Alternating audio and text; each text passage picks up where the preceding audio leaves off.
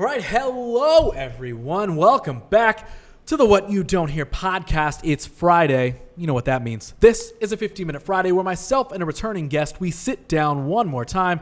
But this time we're talking about a specific topic or subject with the goal and the hope of sending you into your weekend or your upcoming week with hopefully some positive, actionable, or thought-provoking advice and opinion. Back on the show for this one, Josh Emerick. Welcome back, my friend. I'm so happy to be here. That was a little bit of a delayed reaction. It sounded like you had to think about whether you're actually stoked to be here or not. I was thinking about whether I was stoked to be here. I even said my friend, and you had to think about it for a second. That was the thing that actually threw me off because I did not know we were friends.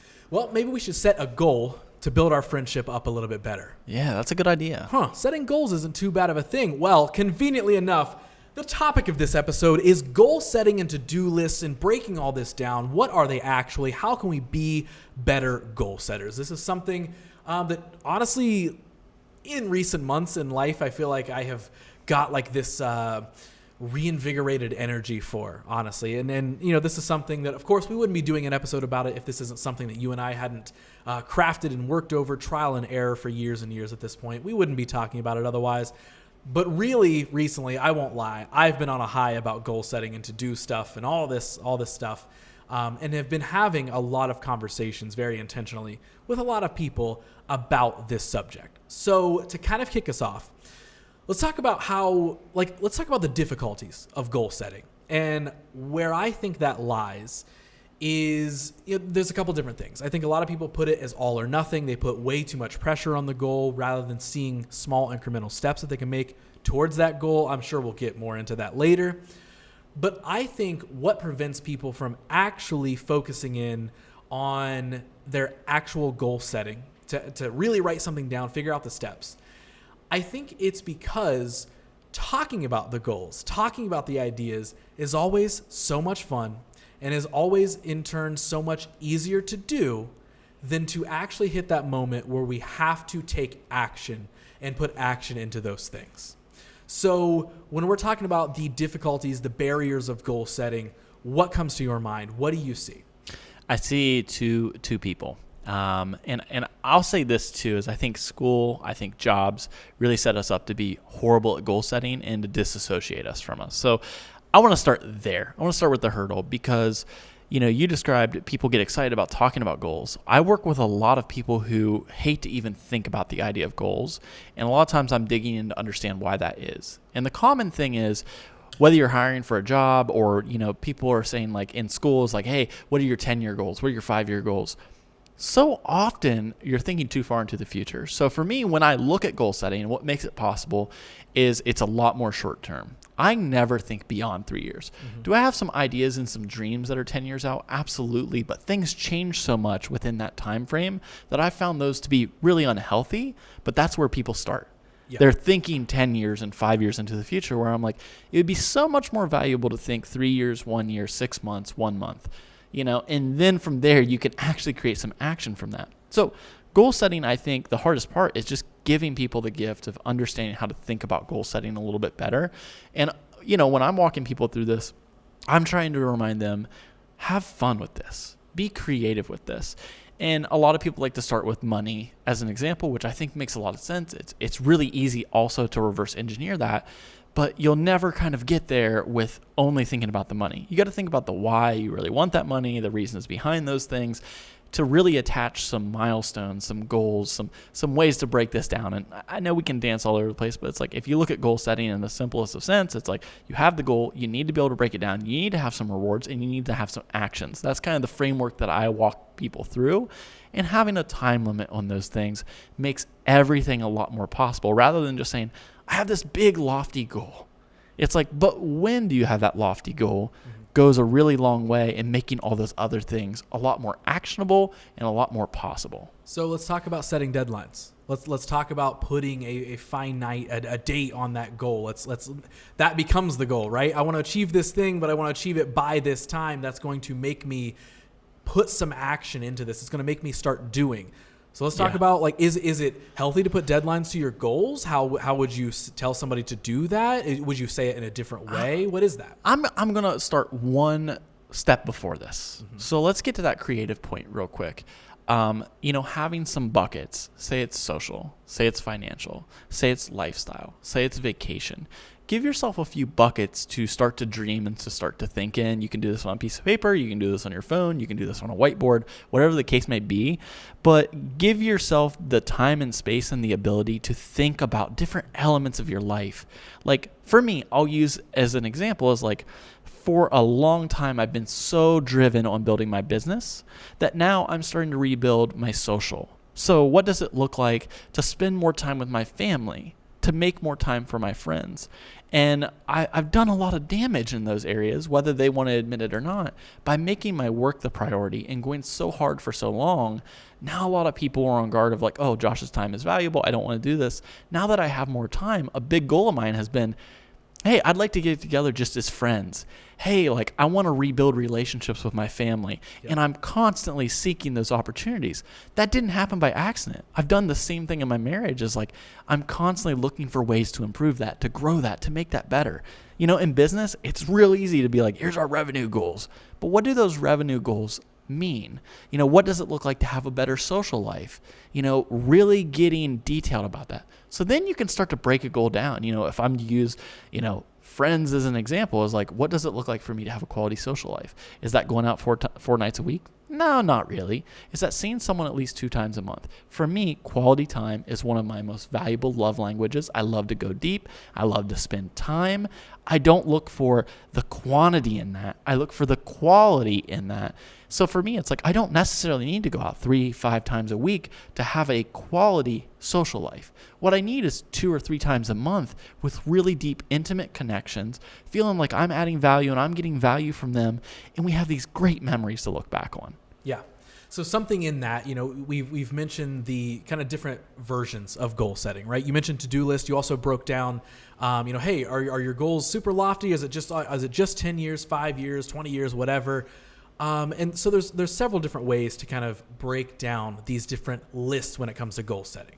I think the most normal are just like, yes, there's an immediate goal. You've got maybe a to-do list that is your daily, your weekly, or whatever. Then you're going to have your monthly goals, your yearly goals, and something that I've been riding the high of recently, a bucket list. I think all of these things are important for different reasons. And I think being able to identify what's the need from this, right? What do I like? It's okay to have that lofty goal, toss it on your bucket list of, I want to travel here. I want to do this thing. I want to start a bit, whatever it is. But also identify, break down the importance of those goals. Is this really just an item that's in my head that's floating around that this would be cool to do one day?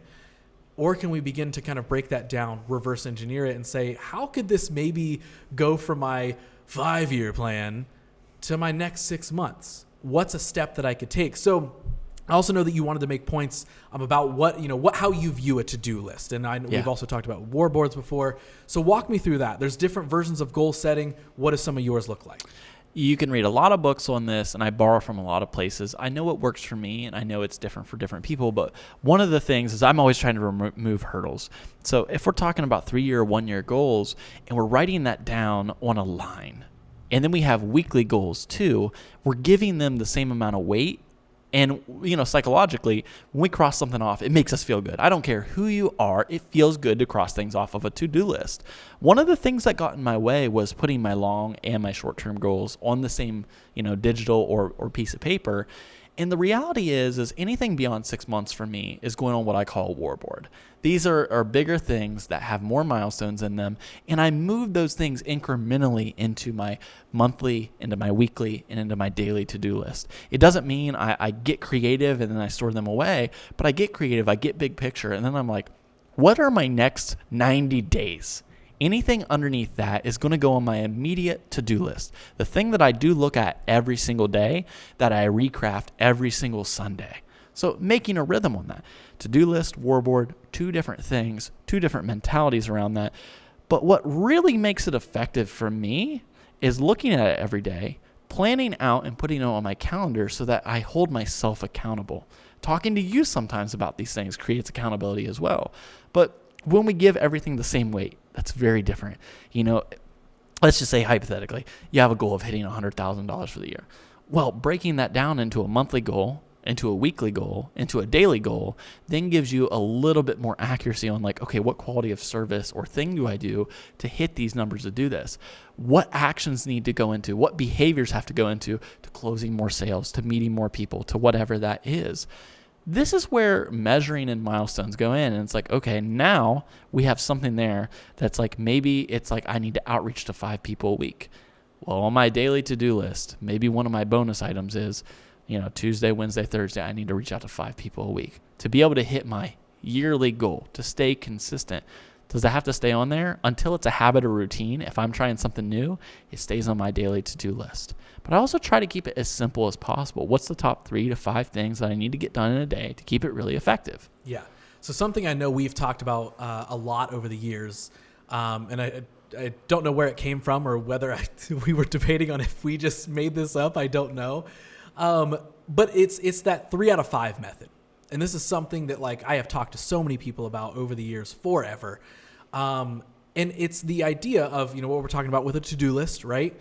How many things can you get done? And this is a big thing that like, it's another barrier, right? With people's to-do lists and their goals and all this sort of stuff. They look at the list and they have 5 things on that to-do list, and then they only get 3 done. So then they sit and they beat themselves up over the fact that they only got 3 of those done, and they're so focused on the extra 2 that they didn't accomplish. So they're not looking at the win of, I got 3 of my 5 things done.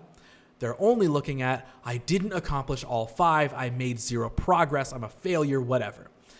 I love the idea of shifting that around, and that's something I've always shared with people is, let's look at this, the whole 3 out of 5 thing. Let's look, you got 3 done.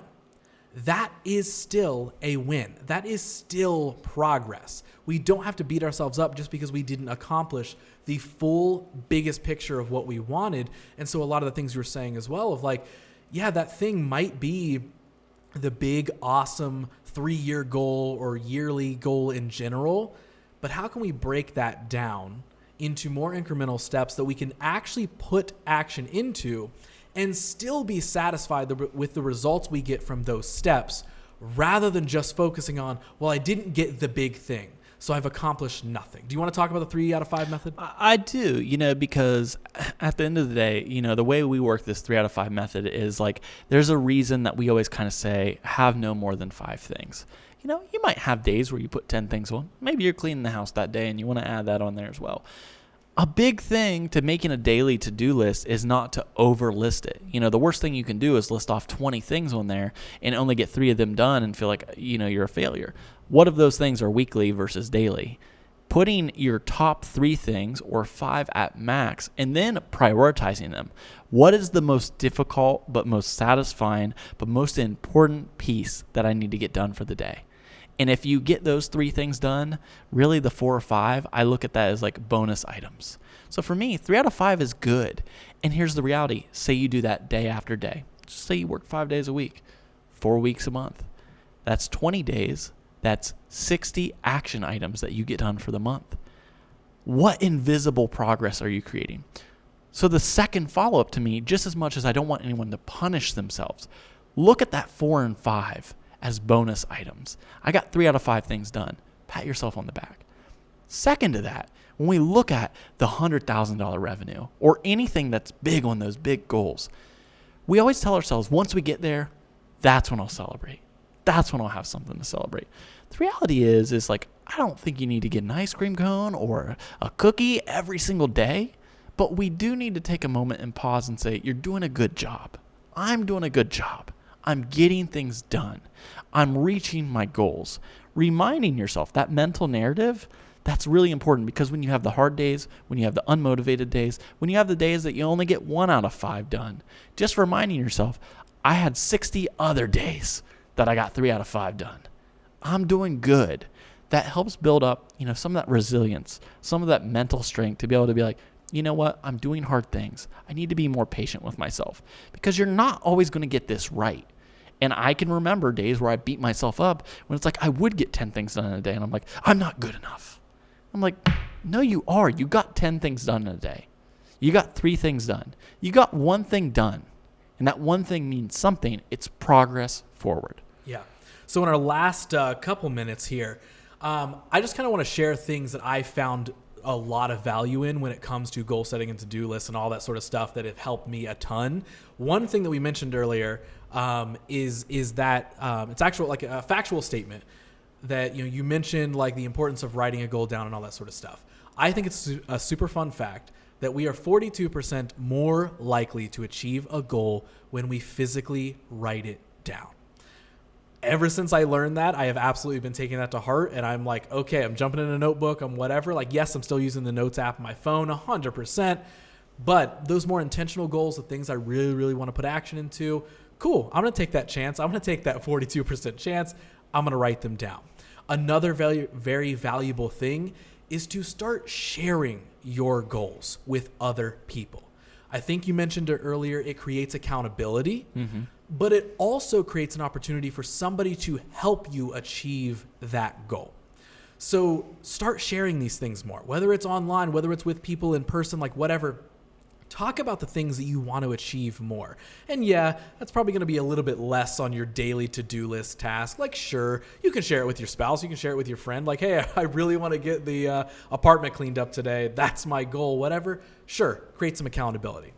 But when we're looking at those larger things, those larger goals, maybe a bucket list, whatever it is, learn to share those things. Start owning those goals that you are setting for yourself, because you don't know what can come from actually putting that out there to somebody else. There might be a benefit that you don't know. And of course, at the end, it creates that accountability. Any final thoughts before I close this one down? I'm just going to get real tactical and practical for a second. I choose a variety of ways to get things done. And sometimes I take that for granted because I've been doing it for a long time. And as I've worked with different people, whether that's coaching, whether it's just casual conversations, I realize that this goal setting thing is a huge barrier for people. And I'm grateful that it's not as much a barrier for me. But, as much as I want creativity to be in there, I think it's finding different habits and experimenting with those. When I have a big, small micro to-do list, like when I'm doing house projects, whether that's, working on the deck or, building things or whatever the case is, I love to actually bring a mobile whiteboard with me and list all the different steps. I'm very organized in that sense. And I find that when I list things off chronologically, when I have a day of a lot of micro steps to do that, it helps improve my time. So this isn't necessarily to get over a big goal, but it's to be goal-oriented in the sense of, here are the steps to get this done, and I'm doing an unusual process right now, where I'm trying to build a new routine. I'll do this a lot of times. When I started to do more outbound messaging, I would literally write out a step-by-step. So when I'd be doing those days of outbound, I'd be like, oh, this is step 1, this is step 2, this is step 3, and so on and so forth. So I love a mobile whiteboard. I have a little 12-inch by 20-inch whiteboard, and you can carry it around. It's great for just doing the day-to-day sort of stuff. But I also have a permanent whiteboard that's up on my wall. I map out my Monday, Tuesday, Wednesday, Thursday. And I like to keep this one more time sensitive, and I only ever put 3 items on there for the day, or I'll put 1 item and I'll break down the steps for it, and I give my office hours. So maybe it's a Tuesday and I have meetings. It's just meetings, and it's listen well, take good notes, be responsive. Those are the 3 things. And it's I know that, but it's just a nice reminder for my Tuesday and what my hours are on there. So I have kind of an end goal in mind to be excited about. So I love to use that for that tool. When I'm bringing people into my ecosystem, especially if you and I are coordinating something, or if we're producing a shoot or something, as weird as that is, that's a to-do list. I want to make sure everyone has the information. So I love Google Calendar. It creates accountability for everyone. It also shares information, and it's really easy to align goals together. And as silly as that is, it's a day of work. How do we make that as goal-oriented for everyone involved in the process? Additionally, sticky notes. I love when I'm in editing or design, or I have some immediate things that I need to do, putting that across the bottom of my computer and being able to work through that. And then when I just want to dream, I'm a big fan of journaling, finding the time to process my thoughts, my emotions, my feelings, and then looking back at that maybe once a week, once a month, and being like, what's on here that I maybe need to create action from? If I've written 4 times in the last month about something that's a hesitation for me, what do I need to do with that? So all of this allows you to dream, be creative, but tactical and practical. It's great, you said a bunch of stuff about goal setting. Where do I begin? really whatever's a good fit for you, whatever's going to get you started, get you creative in this, get you actionable in this, and then also just feel like you are reaching your goals. I love it. This is what I want to leave people with on my side here. A good reminder that I have ingrained into my brain over the years is this saying that a dream written down with a date becomes a goal. A goal broken down into steps becomes a plan, and that plan, backed by action, is how you make that dream come true. Josh, where can people find you online? I'm kind of mad that you didn't just start with that. That was the whole episode, but could have saved a lot of time. I'm really sorry, everybody. If you want to talk to me, you can find me on Instagram at jmemerick. I'll just re-edit this episode. I'll just take me saying that, and that'll be the whole episode. That is a great idea. First ever 15-second Friday. I think that could work pretty well. I'm here for it.